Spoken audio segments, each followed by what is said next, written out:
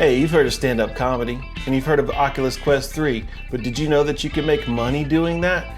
Our next guest today, Markazie, he's going to talk about exactly how you can do that. Stay tuned, it's going to be a great episode.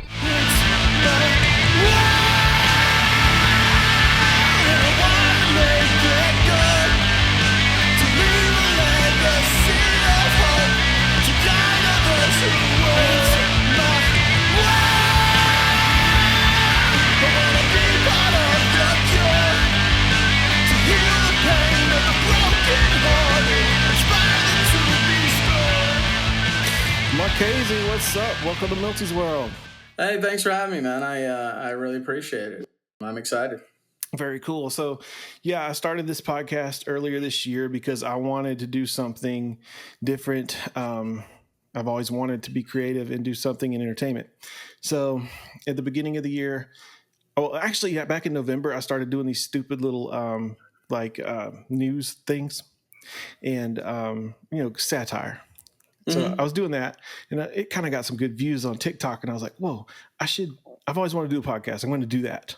So I did it, and then I got a lot of really great friends in the beginning already that have decided to come on and talk to me.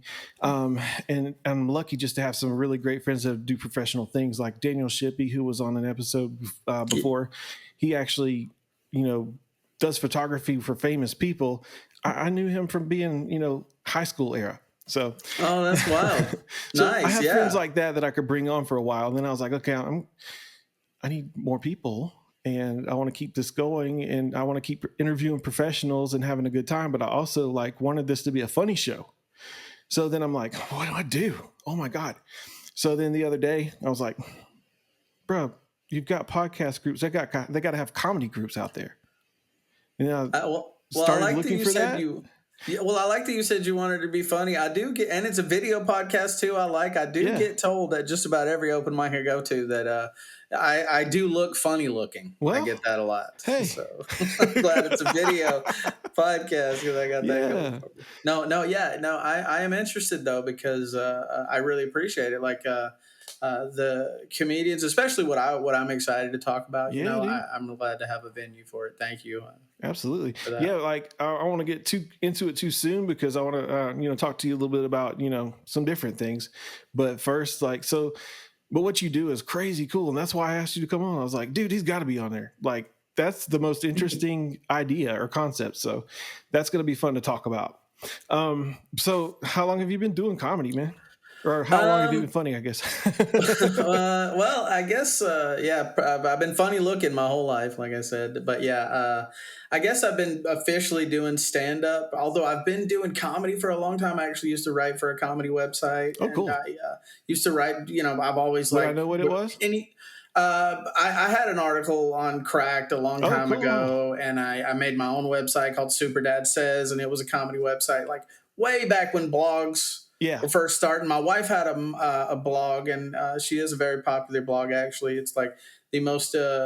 Shout it out. I wasn't sure if I could. Yeah, the nerdynurse.com. My wife has it. It's the most popular. Mm-hmm. Okay. It's the most popular, not independent blog, not owned by Johnson & Johnson. Basically, she is the biggest nursing independent blog, basically. And so she really stuck with it. Cool. But at the same time, I made one where Super Dad Says, where it was at the time I was Mr. Mom. So I was like, I'm going to make a goofy blog about being a stay-at-home dad. Yeah, I mean, something like that would be easier to keep up with if you had more time like that too.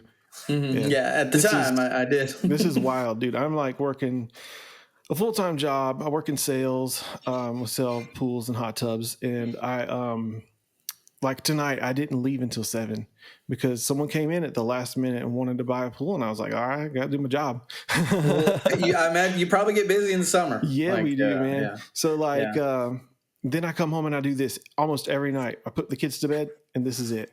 And I'm doing it because I want to build something that I can enjoy and never have to retire from. Because it doesn't matter how old you get, you can always talk to people. Yeah, absolutely. And I think podcasts too are really great because I do a lot of texting. Everybody's texting. People don't call to talk on the phone anymore. No, you got to do a video call or something like this. So it is cool. It's kind of like keeping the ancient form of talking to somebody alive. Imagine that. All right, so you've been doing comedy since what year was that?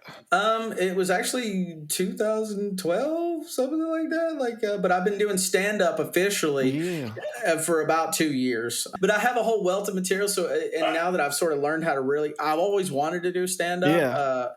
But at the time I was, just afraid to do it. And I started doing stand up. I did an open mic, bombed, took a little bit of time off, and then I was like, oh gosh, there's this online community, there's this VR community, and it kind of helped me jumpstart. So I was kind of doing both at the same time because, I don't even have to take my pants off. I don't have to put pants on to do comedy and That's VR. awesome. Yeah, so it so about 2 years I've been officially doing stand up. Although I've always tried to be a comedy writer, and do funny videos and things like that, like you, I think. Yeah. Well, actually, I don't know that I've ever considered myself to be too funny. I have always enjoyed laughing. And then, excuse me, I worked at FedEx and I had to train people all the time. And I don't know, you learn other people's sense of humors and learn how to get along with them. And then you learn how to joke in different ways. And that's kind of how I became funny, actually, because I worked in that for, 2 or 3 years. And they always would send people with me to train because I was one of the fastest people we had.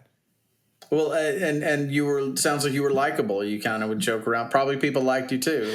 I'm sure. Oh yeah, I made friends constantly. Yeah. I never looked at it that way, but yeah, I guess so. Yeah, it's a good point. Yeah, when they wouldn't have chose you if people didn't like you, and probably gave you a lot of glowing reviews and said you were a great funny guy. So yeah. Oh man, thanks for those compliments. You're gonna make me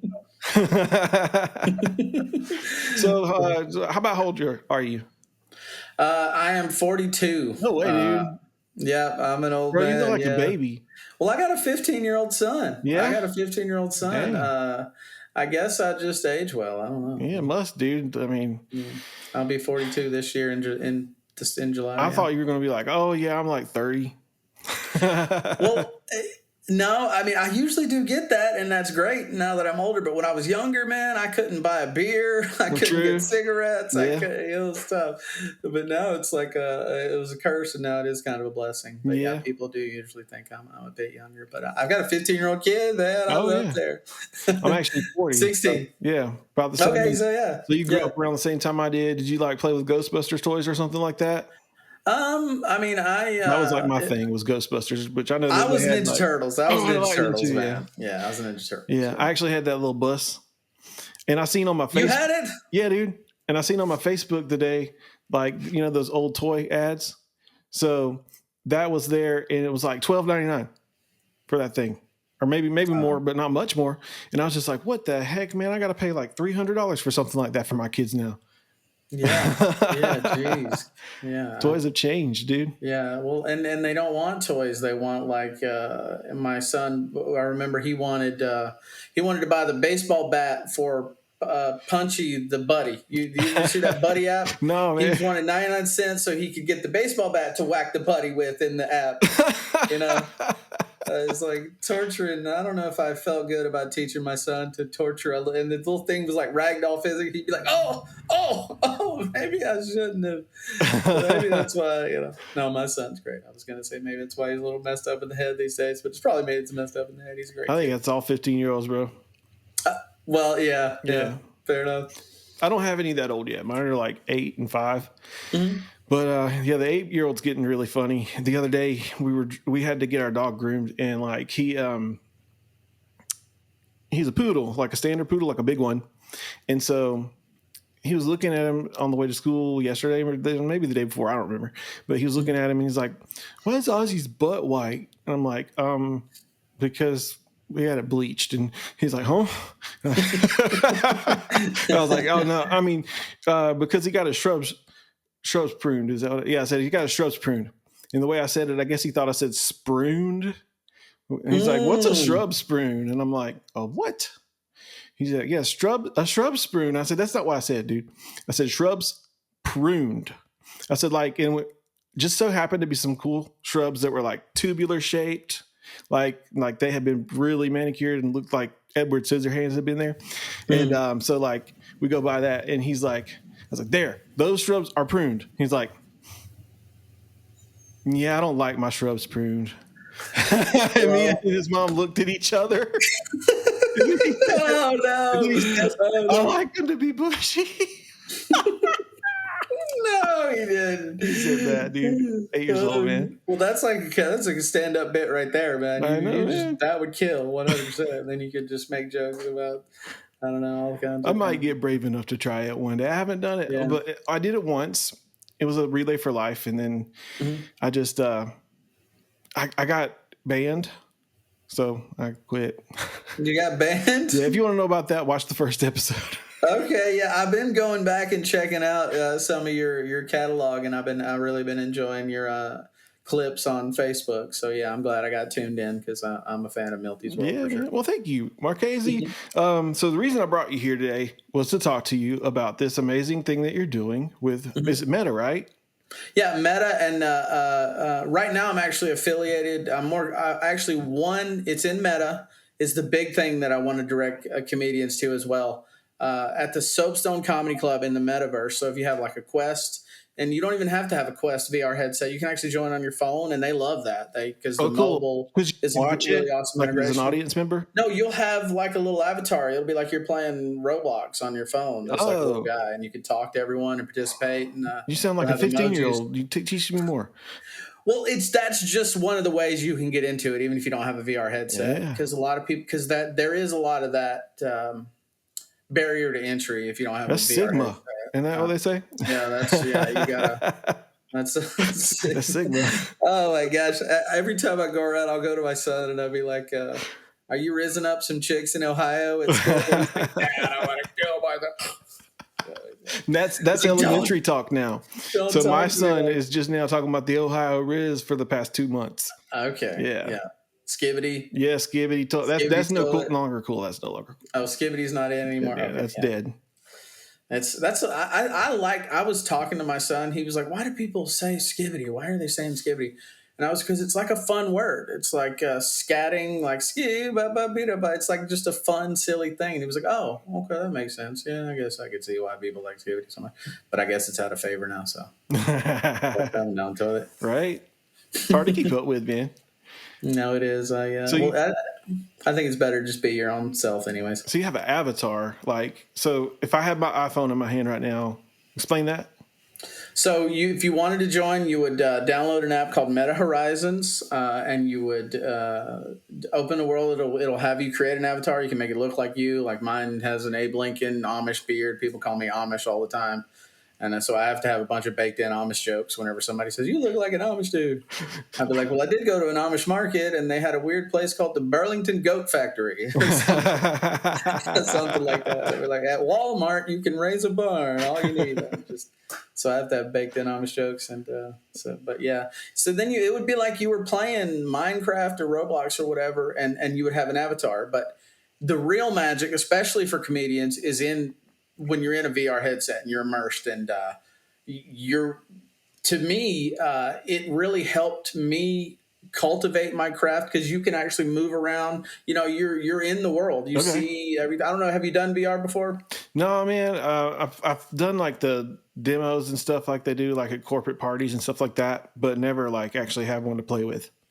Well, it is. It's amazing now, and especially with like the new Meta, or what they call it, the Meta now. Yeah, I'm so used to saying Oculus. It's the Meta now. Meta Quest 3, I guess that's what it is. Meta Quest 3. Yeah, I have one. I don't even know what it is. It just shows. I bought a Quest as soon as they came out. The Meta. I had the first one, and I've got the second one and third one. And what's funny is I've actually even been able to pay for my third headset with doing comedy in VR. What? Yeah. How do you make money like that with tips? Well, you get paid. You get paid shows. Okay. There are paid gigs for comedians. Really? And I even recently won about 3 months ago, and I won a contest for $1,000 in a virtual reality. So these people see your avatar. Mm-hmm. Yep. That is amazing. Yep. If I have a bunch of clips of it, I have tons of clips of it on my social media. And I try to get it from the audience perspective too, because that's where it makes sense, and it looks like you're watching a comedian. I'm like a cartoon that goes up on stage and makes a fool of himself. That's hilarious, man, and it's fun. I highly recommend it, especially if you're a comedian. There are a lot of places, and that you can go to, and a lot of places that I want to talk about. Yeah. Well, to direct people to. Definitely. Let me think about this a minute. This is just confusing to me, honestly. Well, that is what we run into. People are like, I don't do VR, but I'm like, well, you can join on your phone. You can join on your computer. Yeah. We have people in VR chat, which is another. So Meta is I don't not an have VR because I don't understand it. I don't have it because I'm broke. No, I'm just kidding. Well, dude, I've bought a Facebook, I bought a Quest 2 for like $50 on Facebook Marketplace. Oh, dude, before. I'll have to look around then. That's what I tell my buddies who don't have them. I have a lot of comedians that, IRL. Yeah. IRL. Hashtag. That I do. Yeah. Hashtag. So, and I'll be like, dude, you could get one for $50. Like, and what's funny is I have a buddy of mine who's coming here where I live. He's going to do a show with me. And I'm like, I'm going to give you my Quest 2. I don't even use it. And he's like, yeah, man, I want to do it. Cause he had been doing comedy for a couple of years. Yeah. He started a little bit before me, about 3 years. He started about a year before me. And he's like my childhood best friend growing up, basically one of my best friends. And I've been telling him about it. And he's like, dude, yeah, I want to get on there. And I was like, I don't want to get a headset. But I was like, you can get one for $50, but I'm just going to give it my Quest 2. I would have gave it to you if I'd known you needed it. I already handed it out. Oh, bro, that's sweet of you. So, yeah. So how do you go, like, how do you find that? Like, how do you where did you, like, you didn't know about it. And then how did you know about it? Well, the first thing I did is I opened up. So Meta Horizon is a social app. Yeah. So the whole point is socializing with people. And I went in there and I was like, I've been doing comedy. I want to do comedy. So I just typed in open mic. I'm like, open mic. And then it came up with the Soapstone Comedy Club, which is probably the biggest one in Meta. I mean, it is by far the biggest comedy club in Meta. And I was in there. They have an open stage. You can just go in and you can get on the stage. You queue in sort of like a line. You can get on the stage. And I was in there and I was just doing some of my comedy, some things that I had done at a couple open mics recently. And the owner of the world was in there and he invited me to the comedy contest. Of the world. The guy who You're talking about, what's his name? Not Mark Zuckerberg. No, not him, but Rothschild and Rockefeller. No. They were there? No. Oh. No. The owner of the world. You get conspiracy theory on me. No. The guy who created the universe, so players can go in there and they can make their own worlds. He made an open mic world for comedy because he was a comedian as well. And he God invited made me to the a community contest for comedians. Okay. Yeah. And he invited me to the contest and I performed. I actually went through to the finals twice because they do it about every 2 months on a rotating schedule. Uh-huh. The first time I made it to the finals, but didn't get picked for $1,000. It's fine. It was a good friend of mine who I'm actually very closely affiliated with now. He won. And then the next time he won $1,000 in a virtual reality comedy show. Yeah, it's my buddy's name, Slickston. That's his username. Shout out to Slickston. He's my good buddy. Shout out to everybody, man. Whoever you got. Me and him actually, and this is another story. We're actually doing our own virtual comedy club now in VR chat. Yeah. You familiar with VR chat? Probably from the viral clips. No. You haven't seen it's not on my algorithm because I don't really watch a lot of VR videos. Fair enough. VR chat is by far, it's way bigger as far as a social platform goes than Meta. Isn't it funny that when you say it's not on my algorithm because I don't watch a lot of VR videos means that's not really what I'm into in today's language? Have you ever thought about the algorithm that way? I mean, do you need the algorithm to get you recognition in this space that you're in? It's unfortunate that the algorithm is everything, isn't it? Yeah, the algorithm is what it's all about. So how do you manage the algorithm in that space, like to get noticed?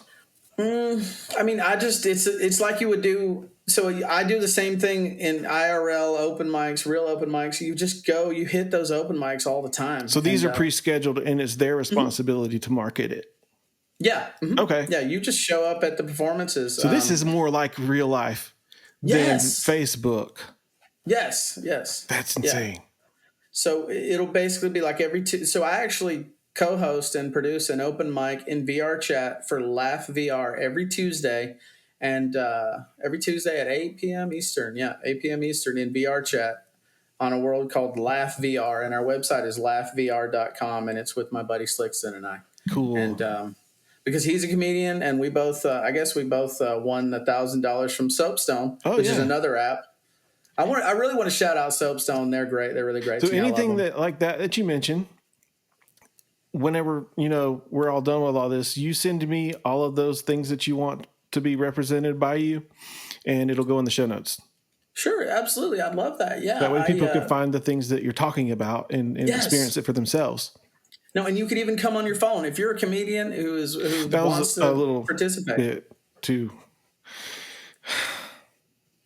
A little too risky of a joke. Oh, if you're a comedian? No, about the phone. Keep going. If you're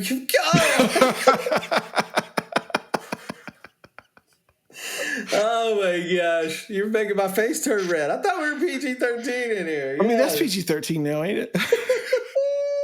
I watched The Water Boy. It went way over my head, too. I'm sorry, dude. I couldn't resist it. Dude, oh my gosh. Yeah, there's egg on my face or something white. I could take it out if you don't like it. No, it's fine. No, dude, I actually just did it. I don't care as long as people laugh. And this is a targeted to adults only show. It's not, kids aren't supposed to watch it. Well, I actually just did an open mic yesterday, and I went on and I said, all right, for everybody, if you recognize me, yeah, it's me. For those who don't, hey, you guys. I did like sloth impression from the Goonies. I don't care. They can laugh at me. And then I posted a video. I was like, what do you think I look like? And, Well, you had a pizza on, I think, in the video I watched. Oh, yeah. I did a showcase a couple months ago. And, I was wearing the pizza costume. And I said, because if they don't like my comedy, everybody loves pizza. There you go. Everybody loves pizza. Where do you get a piece of this? I had all those preloaded if I needed them. Those dad jokes will get you somewhere sometimes.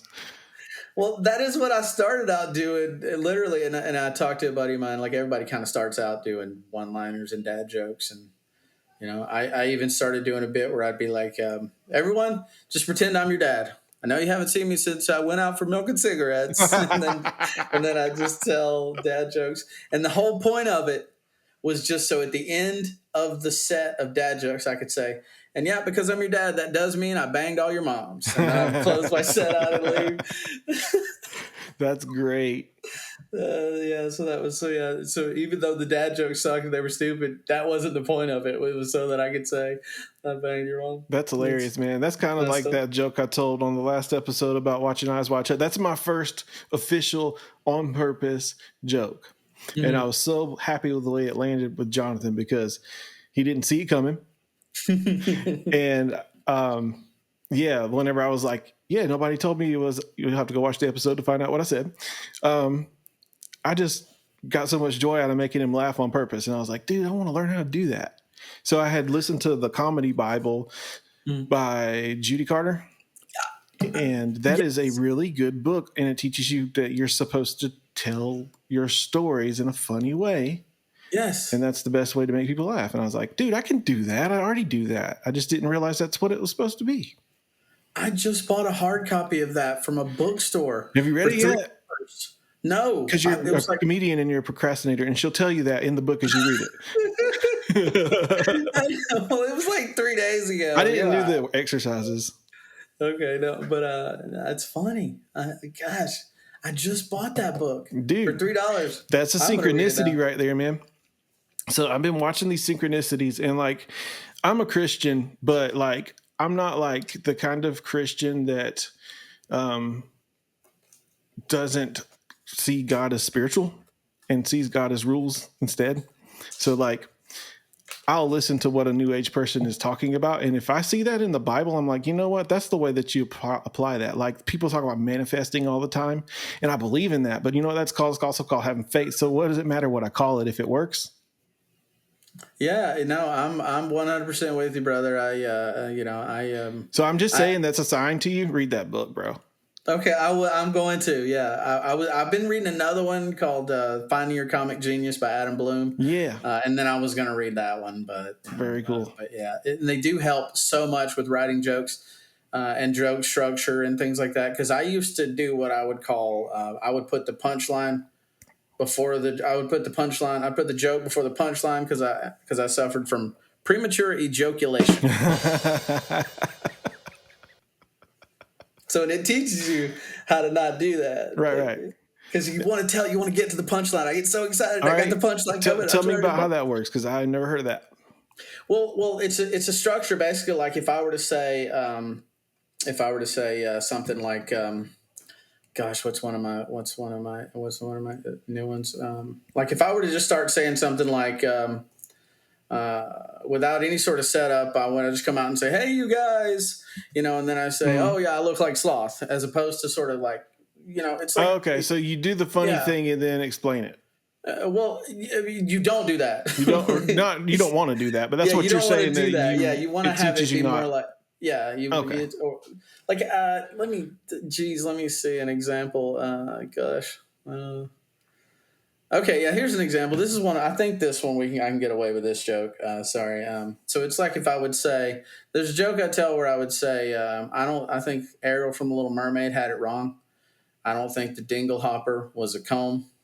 I think it's a very promiscuous woman, a lady who likes to sleep around. But if I were to screw it up, right, and I were to say, a dingle hopper is a lady who likes to sleep around, it's like you get to it too quick. You don't set it up. You're like Jerry Seinfeld. Okay. Yeah. I'm sorry. I should have said that, Jerry. If you ever hear this, I love you. And what's the deal with all these peanuts? No, I don't get his show really. And I know that there are people that do, but like I've watched it. I was sick in the hospital for like a couple years ago. And that was like one of the only things that came on at night. And so I watched it for like a real long time. And I was like, they're just insulting each other constantly. That's not funny.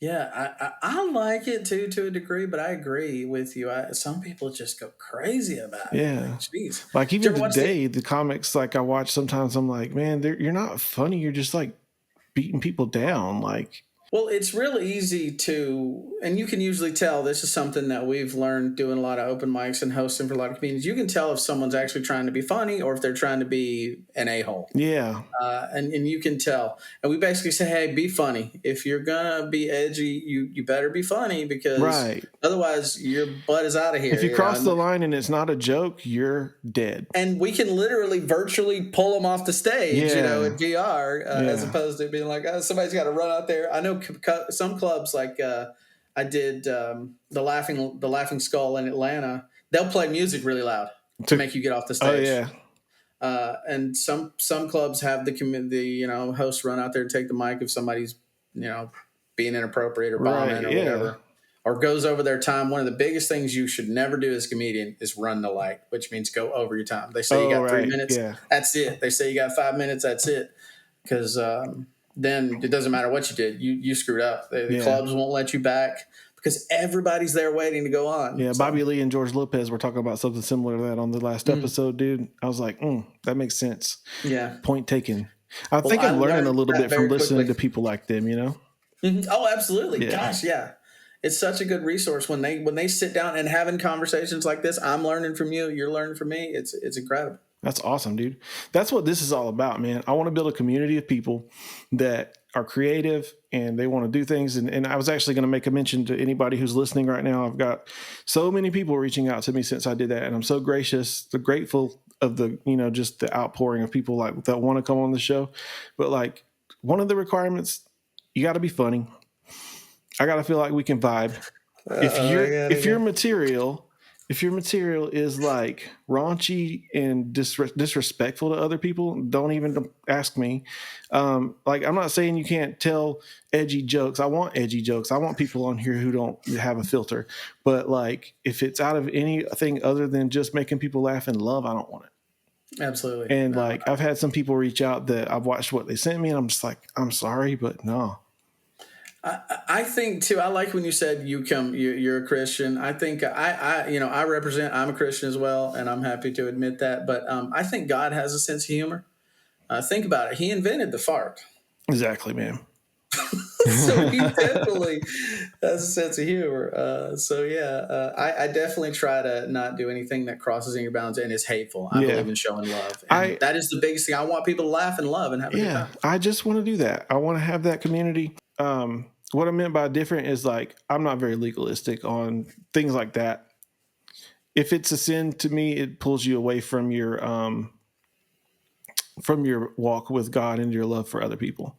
Yeah. So that's just kind of how I gauge it. So like for me, cursing isn't considered something that I wouldn't do. Yeah, And that doesn't even have to be in a Christian world. That could be in absolutely any religion, in any way of thinking. It's the same principle. Like we're all doing the same thing, calling it different stuff. Mm-hmm. And arguing with each other about how to love each other. Yeah, if we could all learn how to just bring it together and love each other for real and just get along, then the community, like what I'm talking about, would be possible. Absolutely. Like, so I've got friends, like I've made friends with you now. I've got a friend who's a movie director that's like got a really cool movie called Blind Blood that he just released. Oh man. And like we talk almost every day right now. And like, who knows whenever these people might need a resource from one another, and we all could work together to make something happen that we couldn't do on our own. If we build a community of people that like just, really want to see each other win, we could all win. Yeah, absolutely. Well, it's so funny you mentioned that building a community. It kind of reminds me. I opened my own business at the start of this year, and I clean restaurant hoods. It's about word of mouth. That's how you get jobs. You do a good job for somebody, you clean their restaurant equipment, you get a good word job. Totally. I got a funny story I wanted to share with you though about that. I actually had to go back to a job site not too long ago because I actually left the exhaust fan back on. And it was the middle of the night. Were you pooping or something? No, I just forgot to switch it off. And I was like, oh, crap, I got to go back and run over there. I was thinking about it. I might have been on the toilet, actually, because that I do spend a lot of time on the toilet, especially writing comedy. That's where I come up with my best crap. That's where the best crap comes from, yeah. Why did you steal my punchline? No, we said it at the same time, though. You stole it. I heard you. But no, yeah. I felt it in here already, and that's why it's such a good joke. Well, that's why I mostly have toilet humor. Mostly do toilet humor. Okay. But no, you needed a plunger for that. We do. Oh, that's dude. Great. When I went to camp, I'm sorry, keep your story going, but when I went to camp, it's about plungers. Okay. If you didn't clean your cabin, like you had to carry around a plunger for that day. Oh, that's like. Wasn't that like on an episode of like Salute Your Shorts? Oh, dude, Salute Your Shorts was the best show. Yeah. And Hey Dude. Hey Dude, yes, yeah, dude. Oh my gosh, old Nickelodeon. I come home from school, man, and watch that. See, that's dating us right there. The fact that we know that. I love it. All right, so I was trying to remember the Salute Your Shorts theme song. Yeah, the other day. Camp on a wanna, we hold you in our hearts. And when we think about you, it makes me want to fart. Yeah. Yeah. Oh my God, yeah, dude. It was a banger. So you were you left the exhaust fan on. Well, no. So yeah, I had to go turn back on the exhaust fan, and I was climbing up there in the middle of the night, and I put my ladder up, and I went up there, and dude, a cop showed up, and he was like, "Hey, what are you doing up there?" And I was like, "Sorry, sir, I'm here to clean the kitchen exhaust. I'm a hood cleaner." And he goes, I'm a hood cleaner too, bro. I mean, that's a semi-true story. Like that is a sort of a true story that I embellished. Well, that's like, how you tell a funny joke. Yeah, he didn't say I'm a hood cleaner. But he was like, oh yeah, I understand, sir. And that's kind of like, but yeah, it was like I was going up there like Ocean's 13 on the ladder. I'm gonna do the glass cutter, go down on a rope, and grab the cheeseburger from McDonald's, the recipe to Coke. I don't know. Something like that. But no. Oh my God. If it had been Christmas time, you could have been dressed up like the Grinch. Well, yeah. yeah, something. And friggin', yeah. So, and I tell another joke. I go on to that. I got a bit where I kind of continue on with that. And I'm like, and my son's taking that joke to heart. He tells everybody at school that he gets down and dirty in the hood. He's like, I stay strapped in the hood. Oh my God! Because when he helps me, he's like, I stay strapped with a pressure washer, 4,000 psi. So yeah, that's a story like where I did, and that's an example of how you just try to make it funny. Something happens, and that's what I do. Where a lot of people say, I'll sit down and write comedy. Something funny happens, or like me and you make a joke. Like I'm gonna like go write that down. I'm gonna be like, yeah, I'm writing that down. Something funny happens, I'll write it down, and then you work it into material. There's so many different ways people do it. But. For sure. I've been looking for those situations lately. I didn't used to always look for them. So then I was like, I don't have any funny stories to tell. But the more I look for them, the more I see them. And write it down. That's what I tell everybody. If you ever want to get started in comedy, just start writing stuff down. Start writing any funny ideas you have down. Pull your notepad on your phone. I keep my phone notepad. I'm like, boop, boop, boop. and I write it down, and then later on you sit down and think about it and work on it, and like we've actually been able to. I actually am mentoring a good buddy of mine who started doing comedy about 3 months ago, Yeah, and he's gotten so good. A VR friend of a virtual friend, and he's a younger guy. I think he's like 19 or 20, and he works at McDonald's, so he makes jokes about working at McDonald's, and I'm just watching him grow. yeah. And he came up to me after one of the virtual shows. He was like, "Dude, how do you start doing comedy?" I was like, "We just start writing stuff down." And then he joined our group. We have a Discord for comedians and IRL and virtual comedians and all that fun stuff. I have to get you to send me that so I can check it out. Yeah. I would love to. And he could be that McDonald's. I'm sorry. Laughvr.com. Laughvr.com.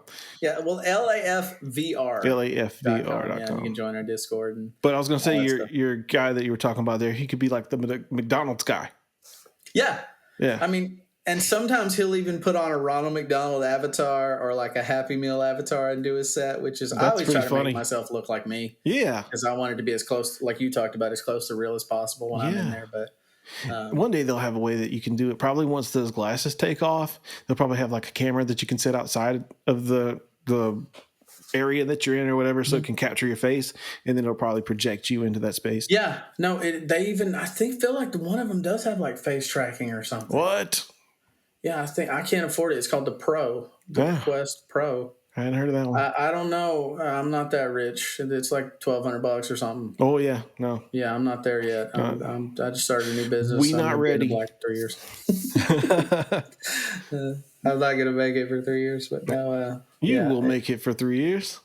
Well, what are you talking about? You're gonna make it for 3 years? Well, when you're supposedly when you start a new business, you stay in the black for the first 3 years before you actually turn a profit. Oh yeah, you will. How long you been doing this? Well, I've been in this business for in a couple of years and doing things relative, but I've started my own business at the beginning of this year. Yeah. Hood cleaning, restaurant hood cleaning. I got you. So yeah, I get down and dirty. I'm like Batman in the middle of the night. I'm a grease buster. I want to encourage you. I know you are totally championing the virtual world, but I want to encourage you show your face more.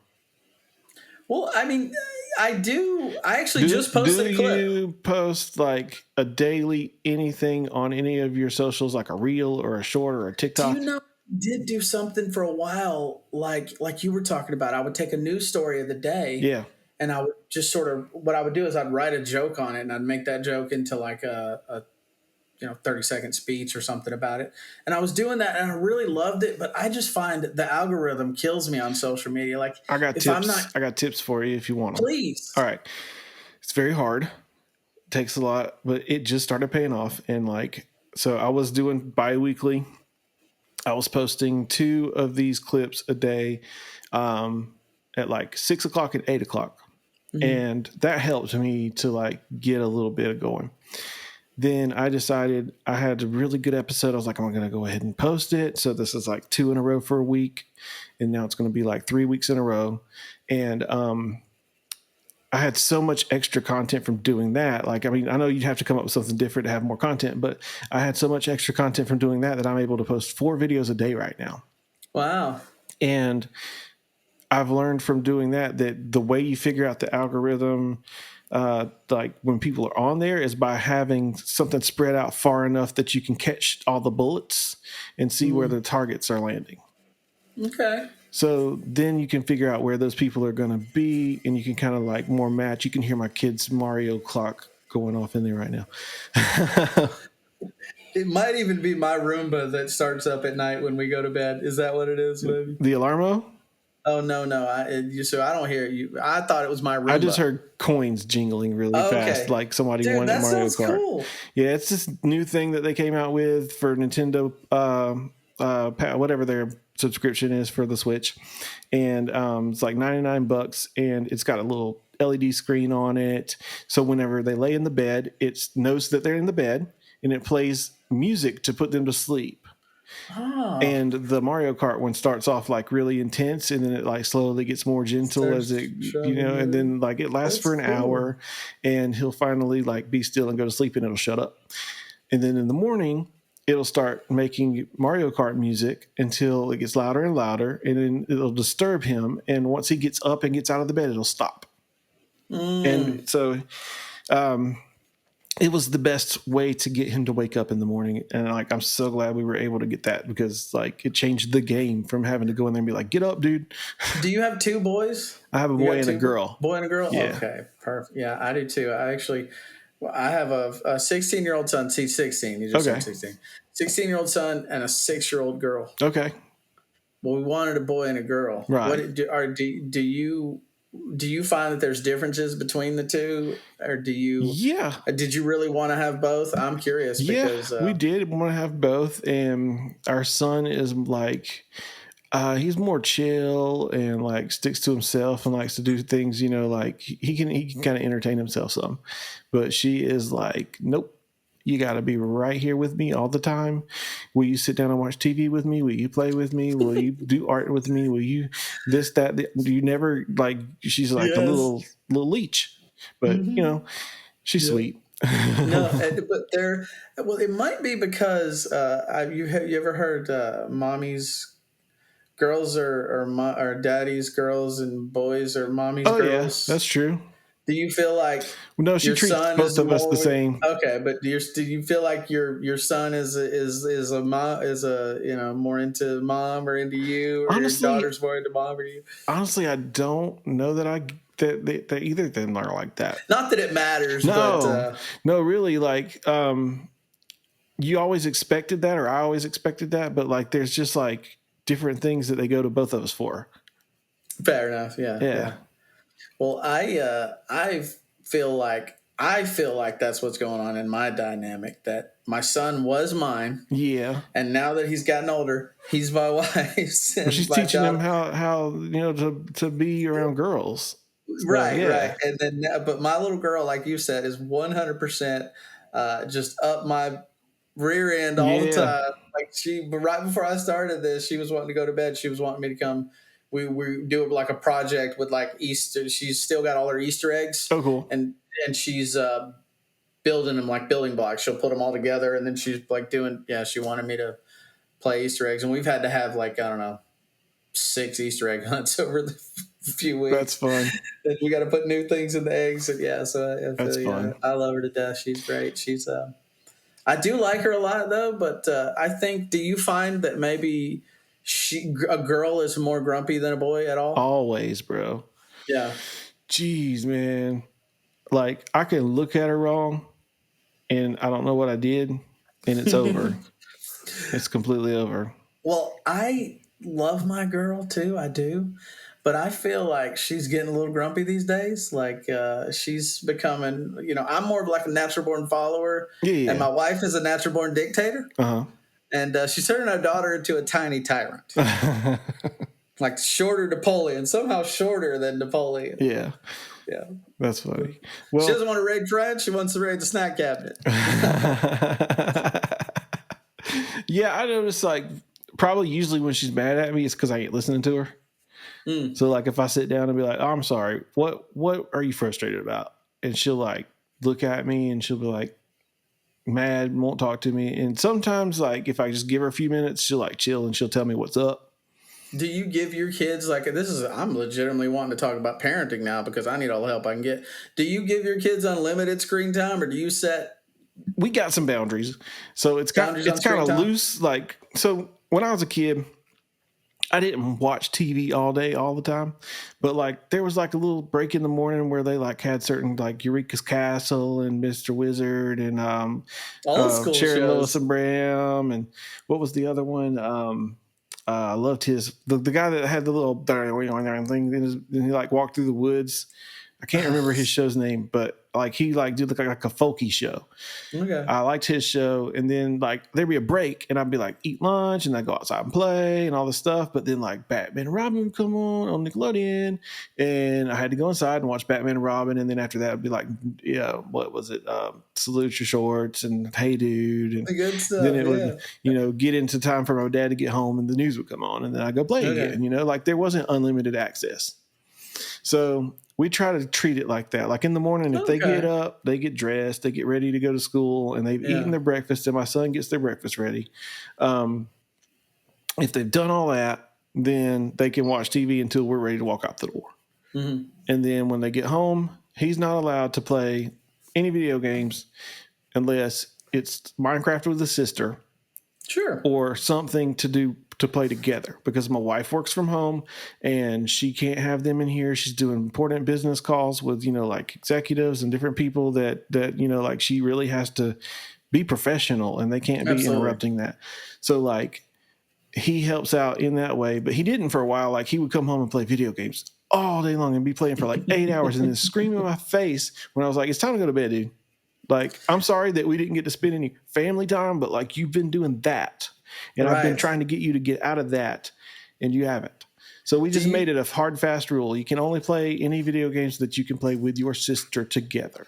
Right. That's so awesome. It's funny you mentioned that. So you feel like they were more challenging and more difficult with more screen time. Yeah, for sure. Yeah, and when they didn't work together and figure out things together, they were more difficult to deal with. And I think that was because they were not relational with anybody, because they were just so centered on what they were doing. Yeah.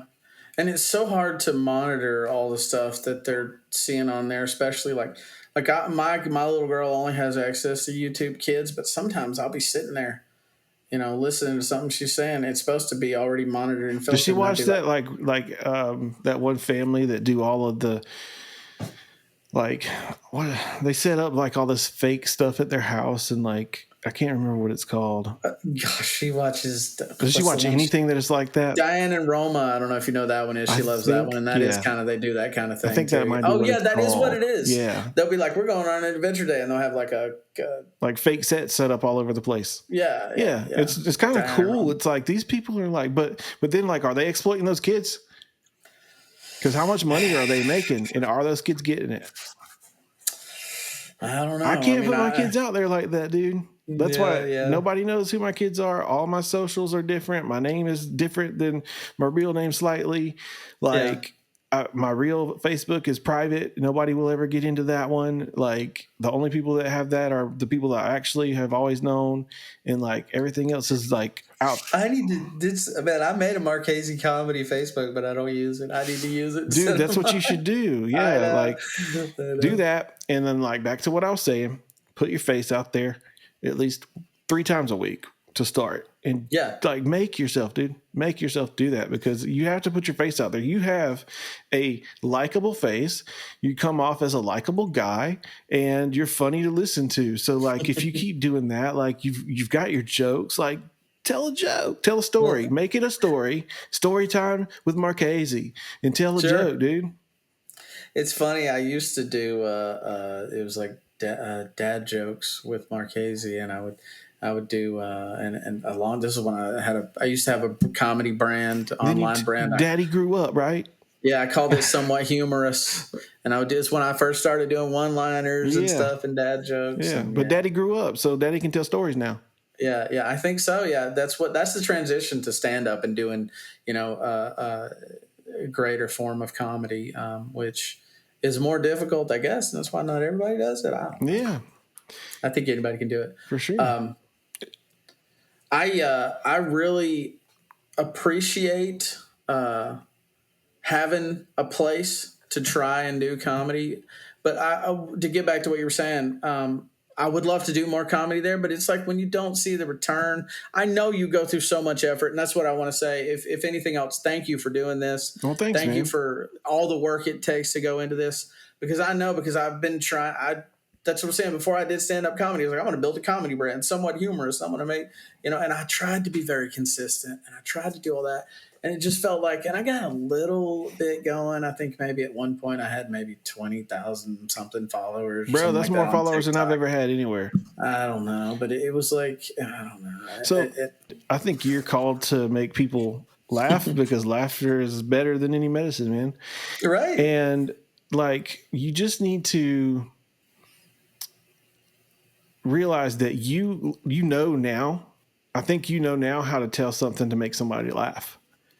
when you were doing that before, you're probably grinding really hard with less good content. That's a good point. So the algorithm works like this. It's not a numbers game. It's not a computer to figure out. The algorithm is you and me. The algorithm puts a video in front of people all day until it finds the right people for it. And if it doesn't find the right people for it, it quits. So that's the flaw of the algorithm itself. But when the content is good enough to keep watching, it shows it to more people. And then the more people that see that content, the more they'll spread it. And at first, it doesn't, like right now, people are seeing my stuff, but people aren't really sharing it a lot. But like, I think I got like 30 shares last week. Oh, yeah. So 30 shares for a small account like mine, that's not bad. No. But it's not where I want to be, right? For anything I've ever done. Well, that's across like 30 videos, though. You know what I mean? Like, look at the scale of it. Yeah. So. And you're doing a ton of work. I know you are. Bro, I'm working like 70 hours a week. Yeah. It's okay. I'm not complaining about it. I'm grateful that people are starting to look at it and notice it. And grateful for those people that have believed in it to come on and talk with me. But dude, you could totally I think you have a different mindset about comedy now. And I think if you gave it another shot from the perspective of, I'm just going to make things for people that I think they will enjoy, and I'm going to put it out there, that there is a bit of strategy to it. Like I said, the more you put out, the more you'll find out when is the good time to do it. And like the times to post, like you were saying. Right. And like whenever they say be consistent, consistency's key, consistency's the way to grow. What they really just mean by that, and they're not saying it well, is the more of a net that you spread, the more fish you can catch. Yeah. So the consistency is I'm doing 4 videos a day plus my weekly uploads and anything else that I make in between it. And now the algorithm sees this consistency in me and they keep showing it to the other people. And like I've got videos that from way back that are starting to come up that are from when I used to just do guitar stuff. Okay. And it's like, okay, so people are starting to see all this stuff that I'm throwing out. So the more stuff I throw out, the more I will attract an audience that don't know about me yet. And then the more I'll learn about that algorithm. And that algorithm is those people that like what I'm doing and that want to be a part of this community. Dude. Yeah. Hell yeah. Heck yeah. Yeah, you can say hell yeah. I'm trying to be. I'm like I said, I'm mostly PG-13. You get one F in a PG-13, and we haven't even said that. So. Oh yeah, we do have one. Like in the Beetlejuice movie, it was the funniest line. I loved that movie, dude. The new Beetlejuice. Gosh, it's one of the few that are like as good as they should be. So great, yeah. That's a great example of a new one. It made me want a second Edward Scissorhands. Well, that's funny. That would be. My wife loves Edward Scissorhands. I do too, but she really loves it. There's a lot of trimming bush in there. Lots of bush. Exactly right. That's a callback. In comedy, we have callbacks. There you go. If you can get a callback in, you nailed it. Hey, thank you. Speaking of trimming bush, I did want to tell you about one time. So my wife really likes chickens. Okay. And she put a big chicken in our yard, right between these two big hedges. No, like a metal chicken, a yard ornament. Oh yeah. A huge yard ornament. And then she had me go out there one time. She actually bought me hedge clippers to do this, to go out there and trim these 2 big hedges. And I wish I could like put a picture of it up on the screen because I do have it somewhere. Trim these 2 big hedges into a round shape. We did 2 big hedges into a round shape. Uh-huh. And then, so basically, every time she drove home, she could be like, look, there's a big cock and balls in the yard. Because it had 2 big balls, and in the middle was a big giant chicken. That's the best. Yeah, my wife might be worse than me. That's She's a really funny lady. So that reminded me, have you ever noticed that the cutout nativity with Mary and Joseph and then the little baby Jesus with the little ring? That looks like 2 T-Rexes trying to eat a chain, like a table saw. I want to see it. Now. You need to look that up because I can't unsee it no more. Okay, I need to see it now. Yeah, yeah. If you can't, let's put these up. That'd be funny. I want to see it. Absolutely, we'll post these in this. This is gonna be fun. We'll drop it in the thing or something. Yeah, no, that's great. But no, there's lots of. I love memes. Do you like memes? Yeah, I use those sometimes. Well, like the other thing, the GIF, I wanted to ask you a GIF question. or GIF? I never ever got that right. Oh gosh, don't get me started on that. The GIFs with the little motions, those are my favorite. I know the GIFs. The one that's my favorite one is when the guy's sitting on the horse and somebody says something that you just really freaking love, and you're just like, that one. Yeah, that's my favorite one. Well, that's what I started out doing with my somewhat humorous band, was making memes, and I would try to make memes and make jokes, and then I started doing like videos. But yeah, I think I have noticed that when I post a clip, like the clip I just posted today from the set I did last night, it's already like I just posted it, and like normally my clips of dumb stuff or like a meme, I'd only get 100 views. Like I just posted it, it's already got like 200 or 300 views. Dude, that's what's up. And I thought about even doing. It's funny you mentioned this. I do feel like maybe it was meant to be or something. Like I said, I've been thinking about, because I have a brand, one Markazie on all socials. I forgot to ask you when we started, the shades or no shades. Oh, dang. Well, comedians don't wear them. You don't wear shades. Why? Because you emote through your eyes. So I made that mistake when I first started. Wow. No, well, people read your face. You're right. Yeah. And yeah, you're actually not even supposed to have even a hat really that covers. I wear this hat because it's only half a bill. I can get away with it. But you could like do some stuff if you really wanted to. I mean, you can actually. I wear this hat for two reasons in comedy. One, because people always like, "What is this? So what is this hat?" And I tell people, I'm like, I got it. I know it looks cheap. Sorry, that's because when I went to pay for it, they said we'll take half off the bill. That's pretty good, man. And then I'll be like, no, that's not it. It looks like a Jewish yarmulke and a baseball cap had a baby. So I wear this hat to draw attention on stage. Yeah. But you can't. You catch somebody off guard like that, and then you get them, they're like chilling. Yeah. Because I even did one show where I went out, and I know what you're thinking. It was when I wore the pizza suit. Yeah. I said, I know what you're thinking. This is dumb. This is silly. I shouldn't have done this. This hat. And I never mentioned, I did a whole set. I did not mention the pizza suit. That's the one I watched. That was a good. Okay, that was good. Yeah, and I didn't make any jokes about it. That was like one of my favorite things, because did not talk about it at all. Didn't say anything about it. And it was just that, to me, that inside joke was so funny. But I was going to, like, if somebody mentioned it, like, get a way to get a piece of me. Like, nobody, like, if anybody heckled me or anything, I had preloaded. That's the other thing, too.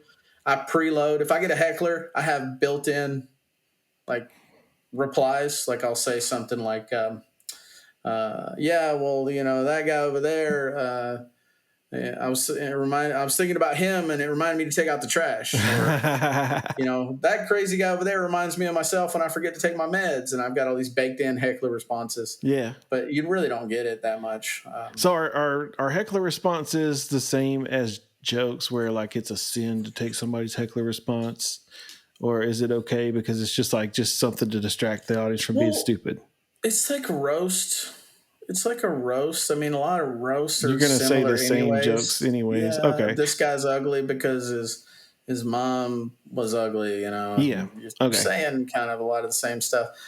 I have. So you don't have to protect your roasts, because if you say it, like, you can still get away with saying it. If you went to like a Friars Club roast and David Spade said a roast to some, I don't know, Norm Macdonald, somebody, and then you went and did it again. Too soon. I know Norm Macdonald is too soon. He's my favorite. I love him. He's a good guy. He's like I love him. He's the best. Rest in peace for sure. He's my favorite comedian. Who's your favorite comedian? Bro,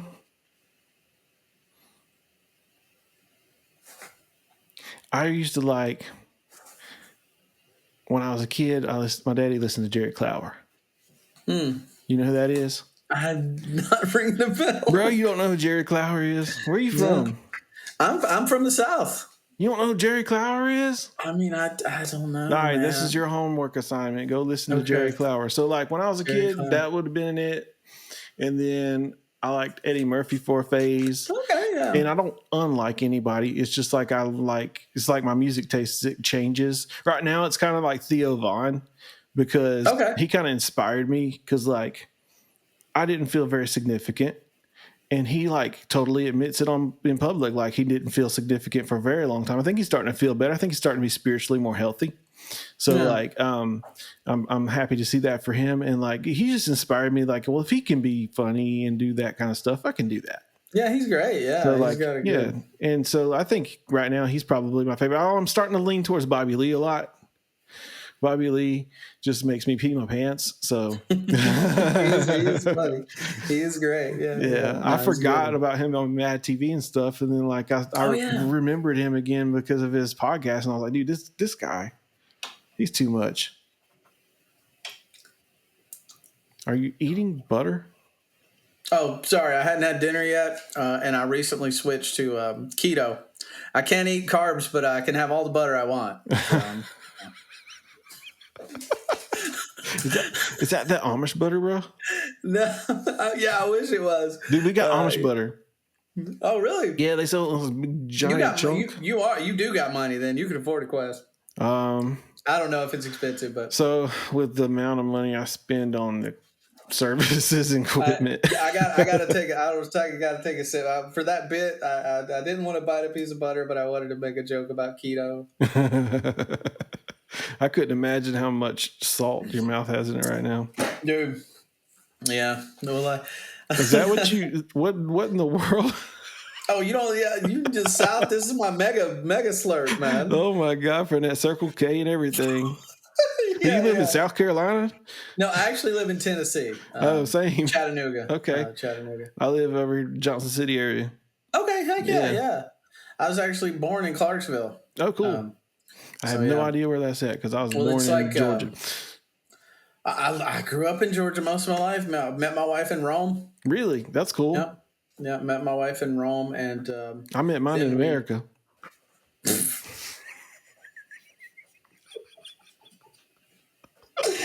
Oh gosh! I've never been to Italy, man.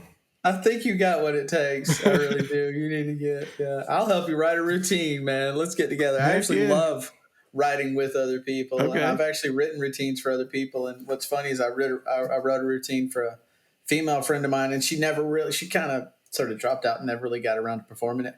So for about 2 weeks, I went around saying, "Listen, it's 2025. I'm sorry, I got to tell this routine. Just pretend I'm a woman for a minute," because they were all very. I mean, they weren't like terrible, but they were jokes about female anatomy. Oh gosh! And okay. I had to be like, You might have got me too'd out the building. Yeah. Right. Yeah. I know, watch out for that. But no, it was just. But I loved, and she loved it too. I think she did perform it once or twice, but she just kind of just stopped doing comedy after that. Basically. Yeah. But I love writing for other people. I think if I were to get I love getting paid to do stand up, but if I could write. Yeah, like a writer's job to write for a sitcom or something. Right, like for SNL or something. I would love to do that so much, because I love the collaboration aspect of it too. Yeah, man. Because when the two minds come together, because otherwise I'm stuck in my own thought process. Like you were saying, you reach for other perspectives, for other things. Otherwise, I'm just sitting in my own thought process. And if I can have someone else to play off of, and we can work on each other's experience, it grows. It's better. It's bigger. It's more amazing. I love writing with other people. Dude, that's awesome, man. So I kind of run out of ideas to talk about. Did you have anything else did we cover everything about the meta? Well, I would love to just maybe officially plug our virtual show. Yeah. I don't have any showcases coming up because I've been starting my business. I was doing more last week. I wish I had a show to plug. But I would love to plug our website that I'm affiliated with and our show there. And then other than that, I think, man, it was just a pleasure to talk to you. But it is my guy I work with. He gave me some talking points because I'm the goofball. If we were to have a podcast, he'd be the straight face and I'd be the goofball. Oh, yeah. Kind of like, the straight man. Yeah, straight man. Yeah. The straight man. So he gave me some things he wanted me to mention. So it's LAFVR.com is our website. Laughver. Laugher. That is what it is. Laugher. So yeah, Laugher, and that's a little bit better than the Clapper. The Clapper, and we'd love for people to come there and join our Discord, check out our world. So we do an open mic every Tuesday and Sunday in VR chat, we will. Everybody's welcome, all levels, first time, seasoned pros. We had a guy come in there from Kill Tony. I don't know if I can name drop. He probably wouldn't care. Brandon Ferris from Kill Tony. He's been on Kill Tony. Cool. He comes there all the time and performs virtually with us. If he does care and he sees this and he's like, "Hey, I don't want that to be in there," just let me know and I'll beep it out. Yeah, I'll talk to him. I mean, I mean, he's in my comedy group now because he came in the VR world. I'd be like, dude, I name dropped you on this podcast. Where you might even want to talk to him. I don't know. Hey, if you got that contact and would be willing to come, I will talk to anybody who is legit a comic. Yeah, he's great. I don't want to talk to people. That's kind of what I'm vetting is I don't want to talk to people that just tell jokes or like, they're just not able to do what we're doing now because this is for entertainment. This is for entertainment and education and to learn about life and people. And it does need to be entertaining. And you have been massively entertaining tonight. Well, I've enjoyed the conversation by far, man. I really appreciate it.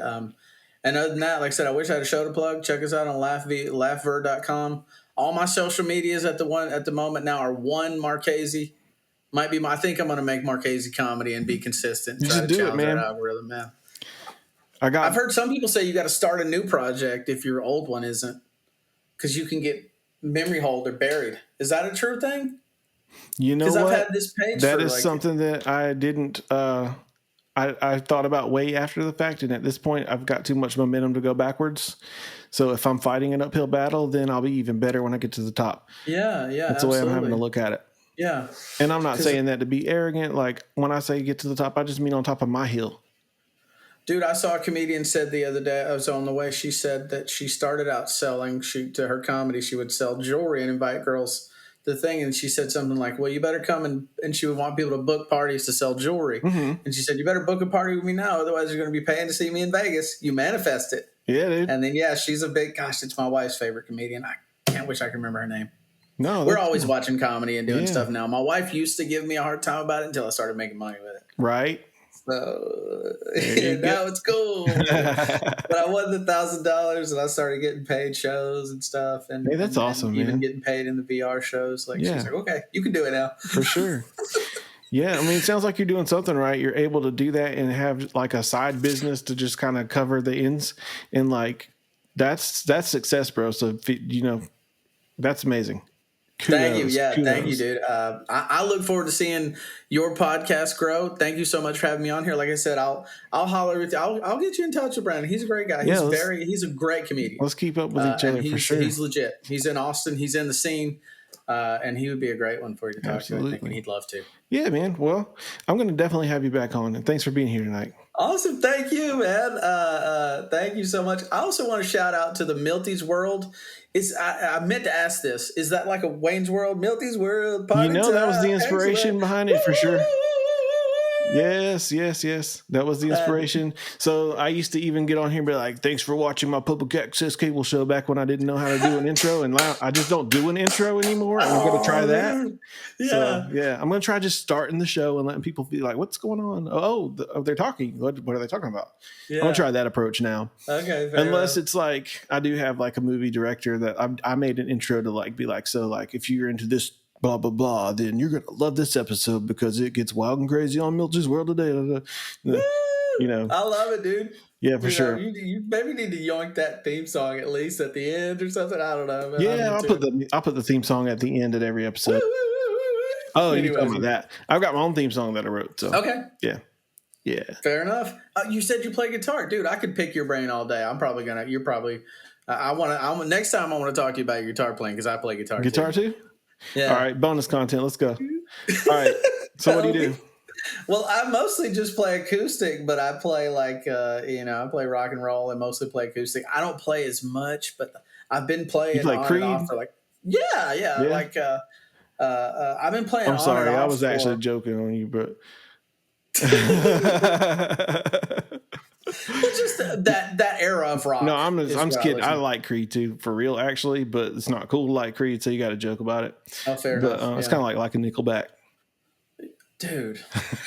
Before I liked them before they got could have made it as a wise mayor.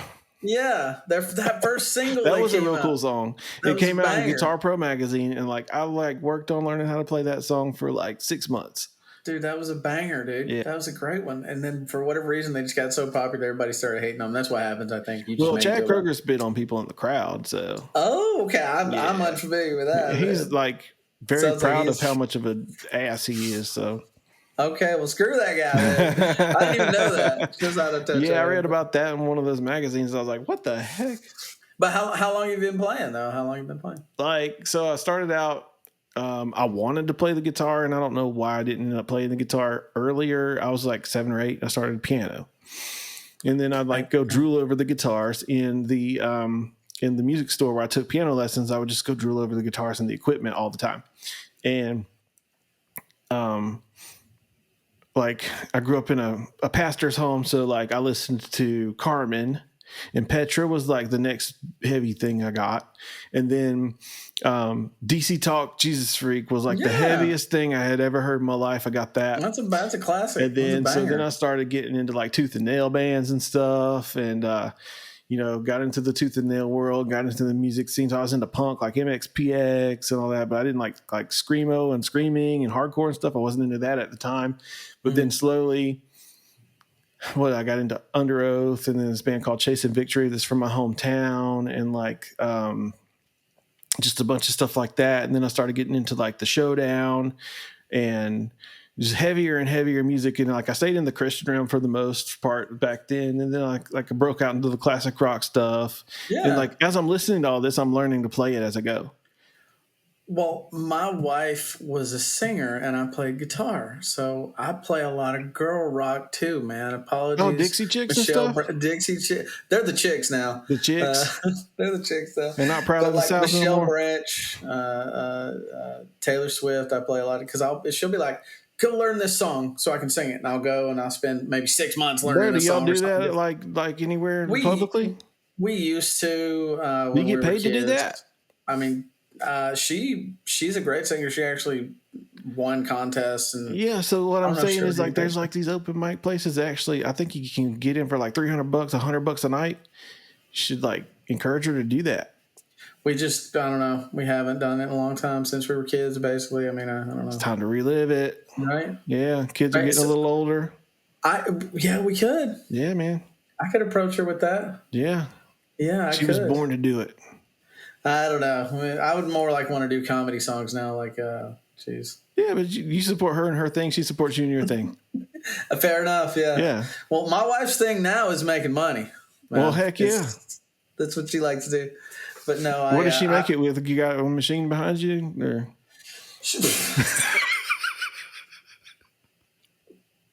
Sorry, I couldn't resist. It just came to me. No, you got it, man. It's just you got it, man. I want to see you on stage. Listen, next time I want you to tell me about your open mic. Oh my god, I'm still too scared to do that, dude. No, I'm going to say the wrong thing, and they're going to be like, "You can never say this again." No, that's what happened the first time. That's crazy. I was very inappropriate. Well, I mean, I told a potty joke. So I got real constipated one time for real. And I just made a really amazingly elaborate story about it. And it was too gross, I guess, because from constipated, I went to diarrhea. And then I also loved Tom Green in 2003. Okay. And the first edgelord. Huh? Yes. The first edgelord. He was my mentor. I learned funny from him. Yeah. And obviously he was misunderstood, and I've been misunderstood for so long. So then he had that song, Crack Baby, Don't Come Back. And I probably can't keep singing it. Maybe Fair Use. Crack Baby, Don't Come Back. Right. Fair Use. So Fair Use, YouTube. Fair Use. So Relay for Life. They let us do a drag show, and my boobs popped out, and we were a little bit extra. We were a little bit extra risque, and then we did the we did that. And I sang Crack Baby, and I had the kids to come down front. I was like, come on, kids, sing along. Because I was dying laughing on the inside. Oh, and gosh. Yeah, you're never going to get on that stage again. This sounds like that right there. Sounds like the start of a great bit. No, you can work that up all day, man. You know, I'd start. I got tons of ideas already. I might take that bit and try to write something. And do it popped out like a outtake from RuPaul's Drag Race or something like that. I mean, there's already lots of ways you can go with that. That's really funny. That's what you should do. I think that's my problem is I'm afraid that I might offend that community, or I might offend that person or this person. And like, you know, you hear people like Theo say things that are slightly racist, but he don't mean it in a mean way, and people understand that, so they don't get mad about it. I got those kind of jokes too, but I'm like I don't want to. I want people to hate me because I said something that they took the wrong way. So, well, it's better safe than sorry for sure. I follow that line too, but that's the kind of stuff that is funny to me. Mm-hmm. Is the stuff that you're not supposed to say, the stuff that's taboo, the stuff like, why can't I say it? Why can't somebody say that? Because okay, but if it needs to be said, it needs to be said. Well, because if it's said, then it's going to be the funniest thing anybody's ever heard. I gotta get you a headset, Milty, because there are some Wildlands comedy clubs in VR chat. Yeah. Where it's up to and everything. I don't participate in that level, but let's get you a headset. Come hang out with me for a minute. You want to hear some crazy shit? I'm intrigued, but that's why. Stuff. What? Stuff. Oh yeah, yeah. Sorry, crazy stuff. No, you're good, bro. But that's why I've not done anything, because like that's what's funny to me, and if it's not funny to me, it's not funny to the audience. You can find a home in VR, because there's a popular club that I go to a lot. That it's actually the only club I'm not a regular at in VR, right? Which is Punchline, and their whole thing is, hey, look, this is comedy, guys. You can say everything up as long as your account doesn't get banned. So there's obviously there's some limits. Yeah, but everything up into including like whatever your account was get banned, and we're kind of the same way at Laugh VR too, but maybe a little. LAF VR too, but maybe a little more strict. But they're like, well, see, I understand. Like earlier, you said you came on your phone, and I was like, "Don't say that." And then, but like that's funny. But then, if you're talking about that towards a person or something, that's just disrespectful. And like I understand the lines like that, so maybe I wouldn't fall under that situation where people are like, "That's not funny, you jerk." From what I can tell, your level of comedy, your style is great. I don't think there's anything. Yeah, I think you do great. I want to see you. I want to see you do comedy. So you really think so? I think you'd be good. Okay. Yeah. I'm toying with it. I've been talking to Jonathan Reels about it lately. Like, I don't know, bro. I don't know. Well, if you want somebody to help you write a bit, like I've already got some ideas. I'd love to help put it together for you. I'd be interested in hearing. Maybe you would encourage me to be okay, I'll do it. Yeah. And literally doing it. And this is the last thing I'll say, and I'll wrap up my whole spiel. Absolutely, VR comedy trains you for the real world. Okay, because you experience it in the same ways. I get nervous. Well, I still get nervous, but I get nervous in the same way before a virtual show as I do a real show. Yeah. And you have the same thing, people kind of talking to you, active, because you see their, it's virtually training for the thing you're doing. I take it very seriously. Like some people, like if there's not a microphone somewhere, I'll pretend to hold a microphone there's a microphone right here. Just put it in front of your face. Yeah. I'll pretend to hold the microphone. But yeah, just like I do when I go to a real show. Hey, do you video yourself doing it? I do. I actually have. You said you've got. So I've got probably hundreds of hours of. So you've got this podcast mic I'm looking at in front of me. Yeah. And you've got a camera. Yeah. And you do that. So why don't you do that and then show yourself and then this little screen of what they see and post that on your YouTube, bro? I can do that. That's content, dude. And then you've got little clips that you can make. I've got hundreds of hours. You can make little clips that can go up 4 times a day. What are you doing? We have somebody that records all the shows for us who's in our comedy group. This is 2025, bro. What are you doing? Yeah. That's how you get known. I probably have hundreds of hours of content. That's how you get known, dude. I'd be getting paid more. I'd be getting booked for bigger shows. Dude, right now, it's like shows are like gas money. You got to, dude. Yeah.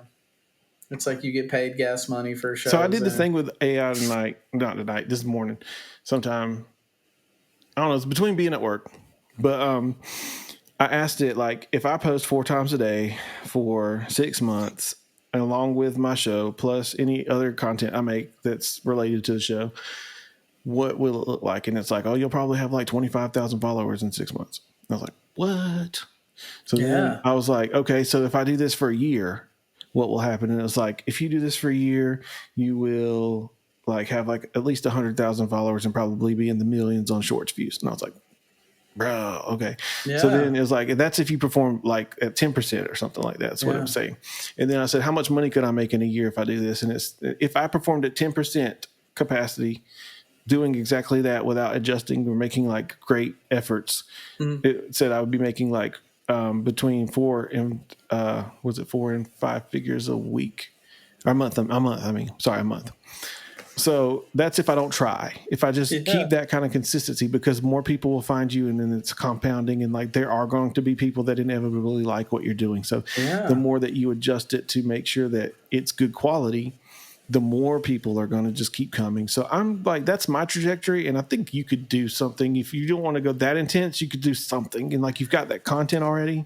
I record all my shows. So I have tens and hundreds of hours of real shows and common VR shows. And it's just so much work. That's why I say I respect you. And I'm on board with helping you, man. If there's anything I can do to help you, because I think you're awesome too. And I'm glad I got to meet you. And, I'm on Team Milty's World, so let me know if there's anything I could do to help. I'll wear a shirt at shows or something. You got some Milty's World shirts? I'm on that Markazie Swayze flow, bro.